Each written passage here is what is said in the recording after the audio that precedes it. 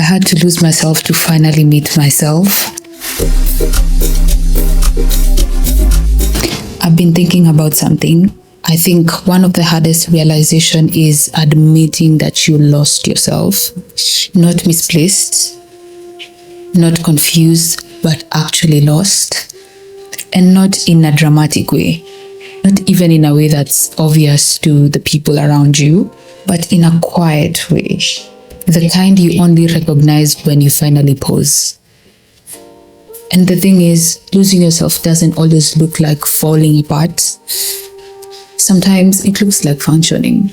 It looks like being there for other people. It looks like being dependable, understanding, and supportive. But underneath all that, you're slowly drifting away from yourself. And it happens in small ways, through situations, through relationships, through environments that ask something from you, and you just give. At first, it feels natural. You adjust a little, you compromise a little, you tell yourself, it's not that deep. It's just this one time. This is what it takes to make things work. But those small adjustments start adding up. You start holding back certain parts of yourself. Your honesty, your opinions, your boundaries.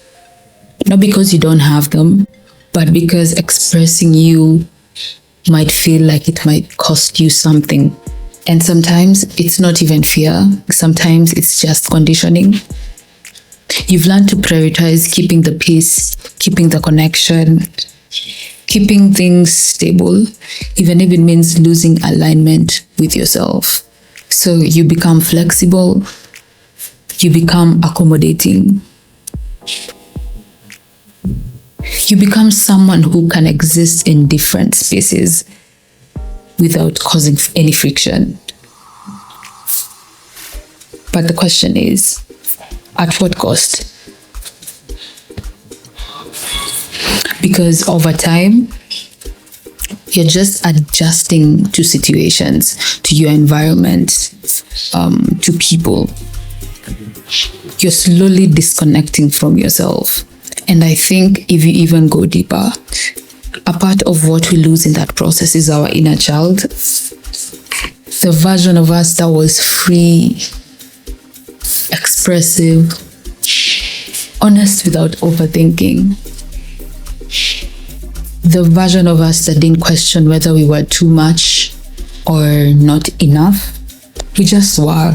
And somewhere along the way, we learned to adjust that version of ourselves, to tone it down, to be more acceptable, to make it easier for other people to receive. And it doesn't always come from a bad place. Sometimes it comes from wanting to belong, wanting to be understood, wanting to feel safe. But in doing that, we slowly move away from our younger, more authentic self. And if you really sit with it, losing yourself can also feel like losing that version of you. You know, your inner child, like before everything else came in and kind of diluted who you were initially. And maybe that's why it feels so uncomfortable when you start waking up to it. Because it's not about who you are now. It's about realizing how far away you've drifted from who you are. And let me be real. You don't always notice when it's happening. It just feels like you're being a good person, understanding, supportive, mature. But then there comes a moment where something feels off. You can't fully explain it. You can't describe it in words, but you feel it.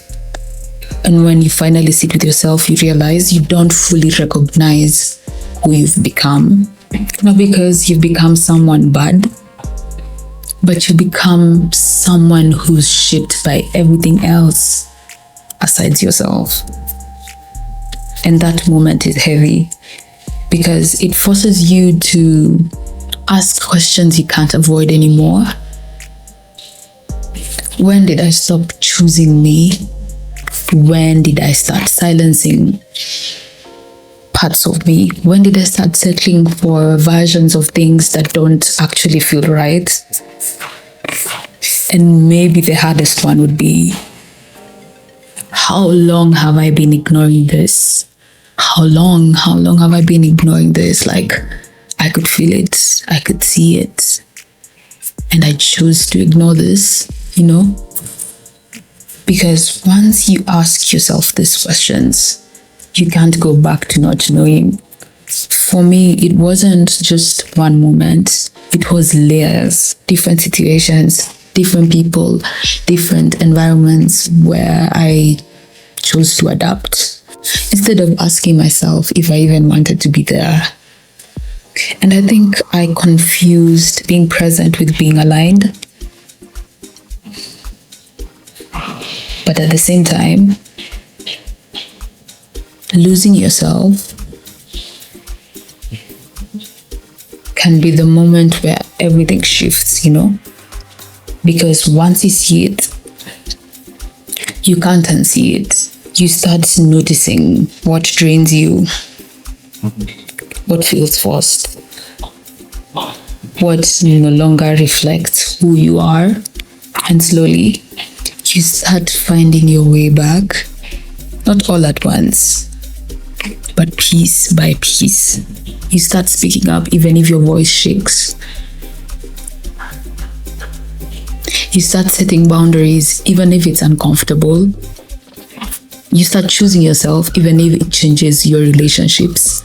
And that's not easy because the version of you that learned to adapt will try pull you back. It's like, are you sure you're ready? But something deeper in you knows you can't keep abandoning yourself. And I think this is the truth. You don't just find yourself in one day. You return to yourself after realizing how far you've drifted. So yeah, I don't think losing myself was the end. I think it was a reset, and a very much needed reset. The moment that forced me to pause, to reflect, to take accountability, and to come back to myself. Come back to myself with more awareness, more intention, more truth. And maybe losing yourself isn't failure. Maybe it's just part of the process of finally meeting who you really are. Just something to sit with.